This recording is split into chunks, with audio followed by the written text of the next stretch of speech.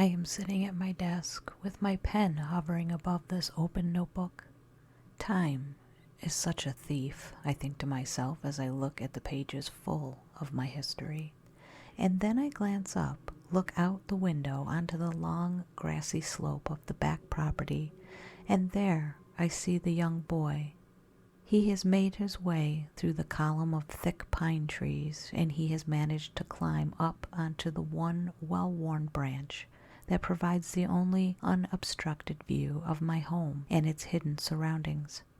I can tell that the boy has fixed his stare on the centerpiece of my wide, well-groomed landscape, the Sandbox. I set down my pen and take a deep, lamenting breath. Here is the little boy. It starts all over again. But for the purpose of this story, I must start from the beginning. And the beginning concerns another little boy named Gregory.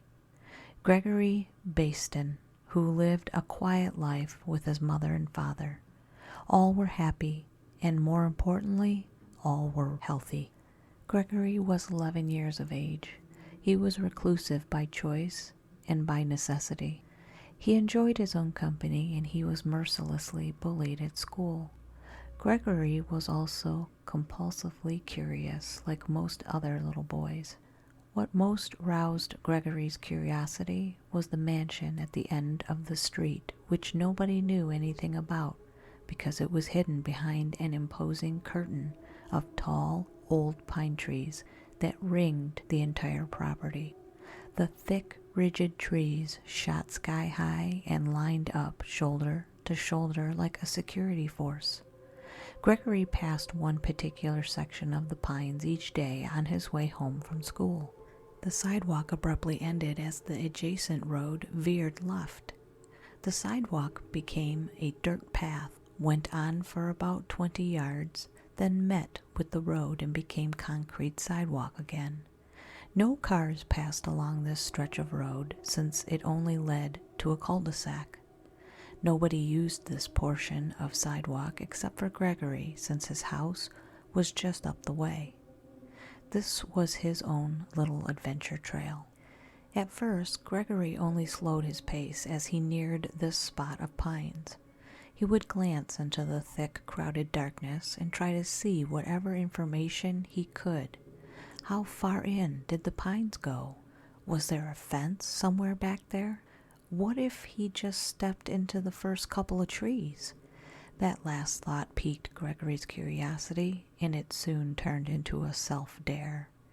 Gregory had rushed home, flung his backpack in his bedroom, then quickly returned to his little private path. He looked both ahead and behind. Then he stepped from the path and into the woods. He went from light to shadow immediately. The trees creaked as a cold wind rustled through their high branches. A deep chill crept over Gregory, but soon he giggled. He was only a few feet from the path, for goodness sake. What if he was to take 2 more steps into the pines? There was no danger. He could always run right back out. 2 steps led to 2 steps, which led to 2 more steps. Soon, Gregory was squeezing between trunks, his skin rubbing against the bark. Not only were the trees so closely bunched, but their branches all stuck out like bayonets. Several times a branch jabbed Gregory in the ribs as he pushed himself past another tree trunk. Just when his fears began to triumph over his curiosity, at the moment when Gregory knew he'd gone too far, he caught sight of the pale blue sky peeking out from behind the trees up ahead. The trees here were so close together that Gregory didn't see a way through, and then he noticed one particular branch. It wasn't rough and gnarled and pointy like the other branches. This branch was smoothed and worn down as if it had been treated with oil. Its end was dulled, and it was just high enough for Gregory to climb onto. So he did. When he stood on this first branch, he saw a second branch on the tree in front of him, just slightly higher off the ground and just as inviting. Gregory followed a succession of branches until suddenly he stood on one last branch, thicker and flatter than the others.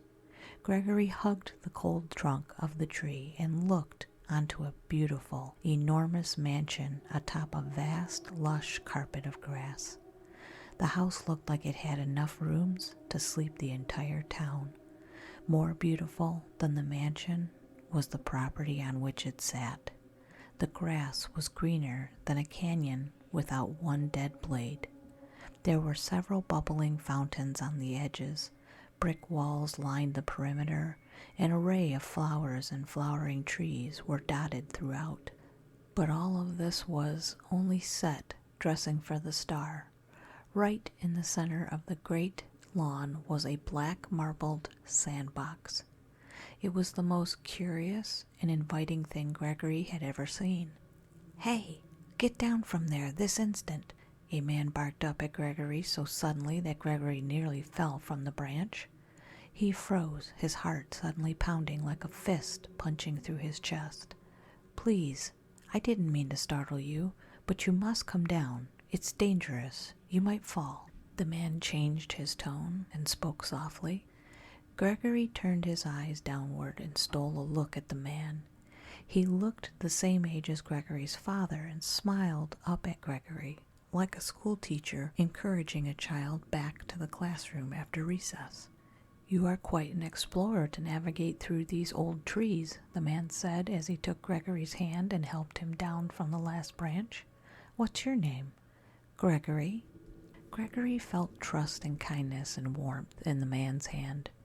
"Would you like to take a closer look?" the man asked. "Oh, I didn't mean to. I wasn't snooping," Gregory stammered, still nervous at being caught.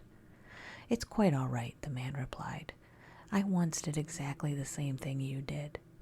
The man knelt down on one knee and looked Gregory in the eyes. "My name is Robert, and it is a great pleasure to meet you. You are an impressive young man. You found the one branch that offers a view onto our private sanctuary. You are brave and curious." Robert gave Gregory a tour of the property. They walked through the Japanese garden, climbed along several of the old moss-covered brick walls, and looked at the frogs in the small lily-covered pools of the water fountains. They passed a clay tennis court on the side of the mansion where a vigorous and youthful couple was in the middle of a heated match. They briefly stopped and enthusiastically waved up to Robert and Gregory. Robert smiled and told Gregory that they were his parents. It was odd, because they looked to be Robert's age, but Gregory didn't think much of it. He wanted to continue with the tour.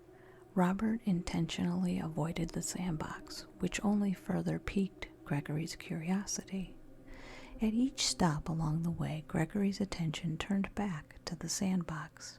Its black marble siding glistened like an eye. The sand looked like a virgin beach waiting for its first footprints. "Would you like to see it?"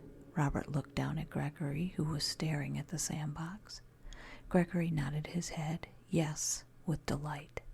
Gregory ran his hand along the black marble edging. It was cool and smooth to the touch. "I could invent so many fun games here," he thought. "How fun, and no other boys around to bother me or bully me." Gregory kneeled down for a closer look as he gazed at the sand.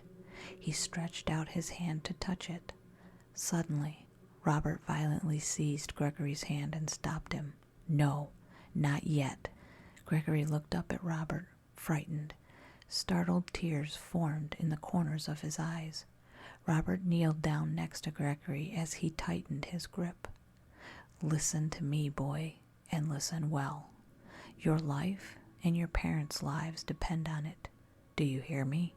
Gregory's wrist felt as if it were being broken under Robert's grip. Gregory couldn't breathe. He was drowning under water. He choked for breaths. This sandbox is alive.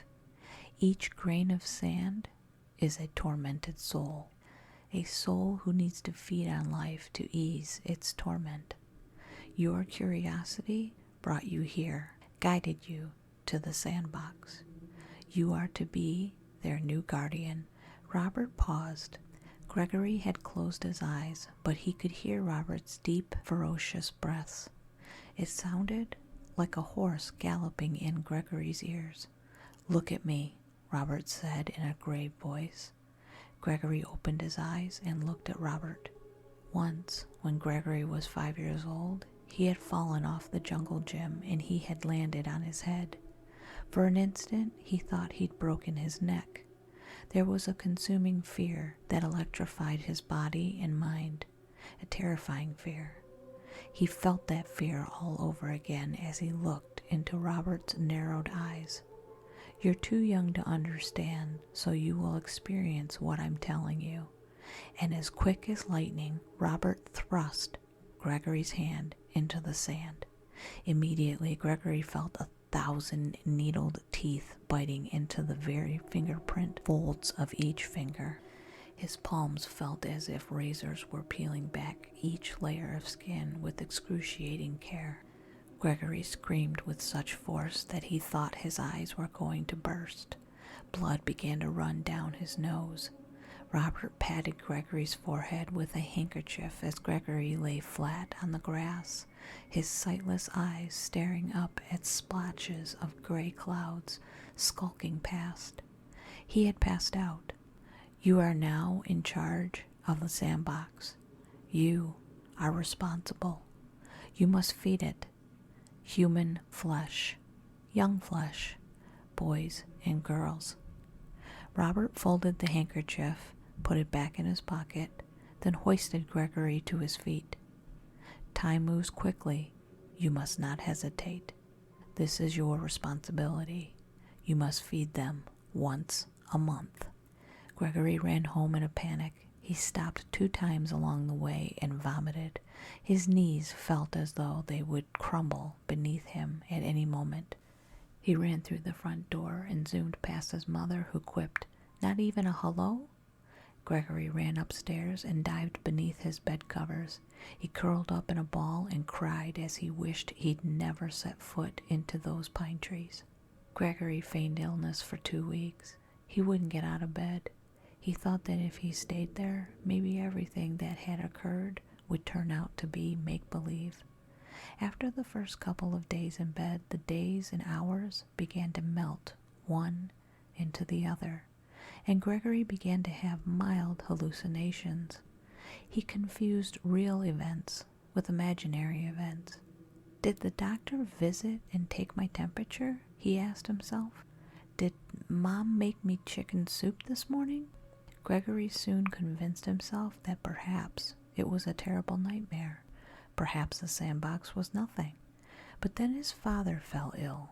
It happened quickly, and it was severe. At first, Gregory's father had become sick at work. He came home early one day with a harsh cough that he described as a painful dry scratching, as if his throat were lined with sandpaper. Soon after that, he was coughing up black clots of blood, and he had trouble breathing. He was taken to the emergency room, and for 2 days, tests were administered. Then sections of his forearms began to dry up and flake, like animal skin curing in the sun. Soon all his skin was flaking and peeling off. Gregory's father, Justin, was dying, and the doctors couldn't diagnose the cause. He was brought home. 24-hour nursing care was provided for him. Gregory listened to all of this from his bed. Since Gregory had no physical symptoms, he was left alone. All attention in the house was on his father. Gregory lay hidden beneath the covers and listened to the hushed whispers of the nurses consulting with his mother in the hallway. Gregory listened to the whirs and beeps of the medical machines keeping his dad alive in his parents' bedroom. One afternoon, the nurses were downstairs, chatting with Carol, Gregory's mother. Gregory slipped out of bed. He was curious to see what his father looked like. Gregory thought a vacuum had sucked out all of his father's blood. His skin stretched thinly across his face. Mr. Baston's arms, legs, and torso were all bandaged, but blood seeped through the dressings. There was a blue trash bag full of blood-soaked linens near the bed, and as Gregory stood there, quivering as he stared at his father, he could hear faint moans. With each struggling breath, Gregory's father whispered. Gregory leaned close and placed his ear near his father's mouth. With each breath, Gregory heard a pleading cry for help. It was too much. Gregory quietly backstepped away. He needed to get back to his own bed so that he could return to an imaginary world where these horrors, well, they didn't exist. And then Gregory stopped with a wince. He thought he'd stepped on glass. Gregory looked down as he lifted up his bare foot. Beneath it was a small pile of sand. The next day, Gregory's mother was rushed to the hospital. She quickly fell into the same grave condition as his father. A feral cat used to live in the basement of Gregory's house. She was fiercely independent and not at all interested in being petted or fussed with, except when she was in the basement. Then it was as if a magical transformation took place. She would curl up on her little bed and let Gregory stroke the fur behind her ears. Gregory had named her Tabitha. She would crawl out from beneath a thicket of bushes on the side of the house, then suspiciously look at Gregory as she prowled up to the broken dirt-covered basement window. She always managed to slink between the shards of glass. Then she'd jump from the washing machine inside onto the floor, where she arched her back and walked over to the corner where Gregory had put together a collection of discarded blankets for her. She would settle in and then gaze up at Gregory as if saying, "I'm ready for a petting now." As Gregory hustled through the pine trees, his stomach hurt and ached as if his sorrows were trying to claw their way out. He dragged the heavy laundry bag behind him. It bounced and jolted every step of the way. A horrible, terrified hissing and whining came out with each step that Gregory took. It made Gregory angry because he was so helpless. He knocked the laundry bag against the hard tree trunks as he made his way. He wished that it would be quiet. He wished that he'd never given it a name. As time passed, much as explained to Gregory, he slowly settled into his new reality and his new life. He accepted his fate. He had no choice. Robert was patient with him. Animals do not do the trick, he told Gregory. In fact, they are an offense. Gregory was standing at the edge of the sandbox, the empty laundry bag in his hand. Human flesh, young flesh, that is what they require. Robert let Gregory cry until he was too tired to resist anymore. The emotional exhaustion was needed for Gregory to be able to listen and, more importantly, to act. Time was invaluable, and Gregory was behind schedule. The lush landscape was turning brown. The trees were no longer blooming. The water fountains were dry. The sandbox is just the door. Beneath the ground, the tormented are everywhere. When they are not satisfied, everything is affected. As Gregory listened, he felt eyes staring through him. He quickly turned and looked up at the Victorian home. On the third floor, peering out from behind a thick gold and red curtain, was a gaunt and frail-looking woman. She bared her teeth as she pointed a crooked finger at Gregory. Then she whipped the curtain shut. When Gregory dumped the cat into the sandbox, he froze at the events that next unfolded. It was as if two worlds simultaneously appeared before him. One world was the ordinary, the regular world, and that was the world of a cat landing on sand and then somewhat quickly sinking. Gregory thought that this must be what the naked eye of a stranger would see. But then there was the second world, the world that Gregory was privy to. Gregory could see each individual tormented soul. A mother can see things in her child that no other person would ever be able to perceive. It is almost an extrasensory perception. This was the only analogy that Gregory could draw for seeing the unseen. Terrible twisted faces with thin razor teeth, gnashing and angry. Gregory saw legions of these monstrous devils. As the cat was pulled into the depths of the sand, it was skinned alive. Its body turned inside out. Sand forced itself out of the cat's eye sockets, out of its ears. A bloody animal skeleton disappeared beneath the sand, but this did not suffice at all. The first boy was not as difficult for Gregory as Tabitha was. The boy's name was Billy. He was 2 years older than Gregory, and he was a mean bully. He used to pick on Gregory every day before the morning school bell rang. Billy liked to circle around Gregory and throw a tennis ball at him. Beanball, Gregory would come home covered in welts, but he never told his parents. He was deeply embarrassed, and he didn't want to upset them. One day Gregory told Billy that he knew where there was a buried treasure. Gregory promised that he would show Billy after school, but Billy had to keep it a secret. As proof, Gregory opened his hand and gave Billy 2 pearl earrings and a diamond necklace.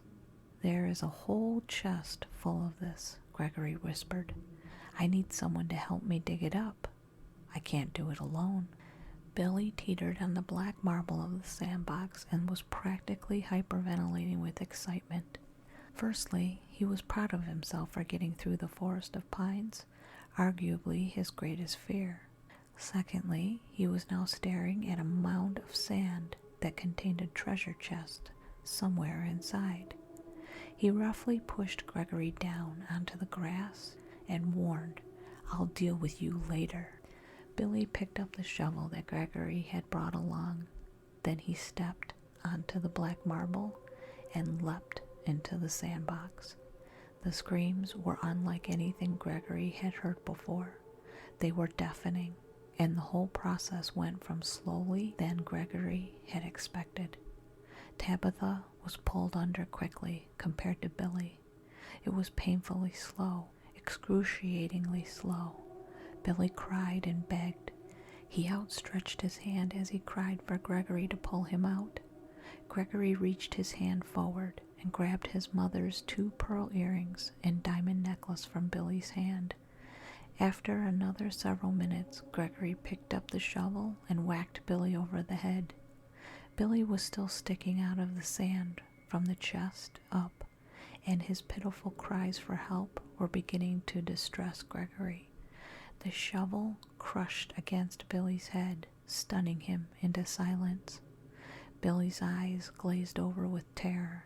He looked at Gregory even more desperately, and he doubled his cries for help. Gregory wound up the shovel for a second hit, but Robert grabbed the wood handle and stopped him. He must be alive. Robert took the shovel from Gregory and set it aside. Robert was happy. He tousled Gregory's hair and invited him inside for cake, but Gregory was so nervous about the screaming. It echoed everywhere, and it was really loud. Robert took Gregory's hand and explained that the pines soak up the screams. That's their job. "Come, let's have some cake and ice cream. I'd like to introduce you to my parents. They are excited to meet you." Robert led Gregory up the stone walkway toward the big Victorian house. "One day, this will all be yours."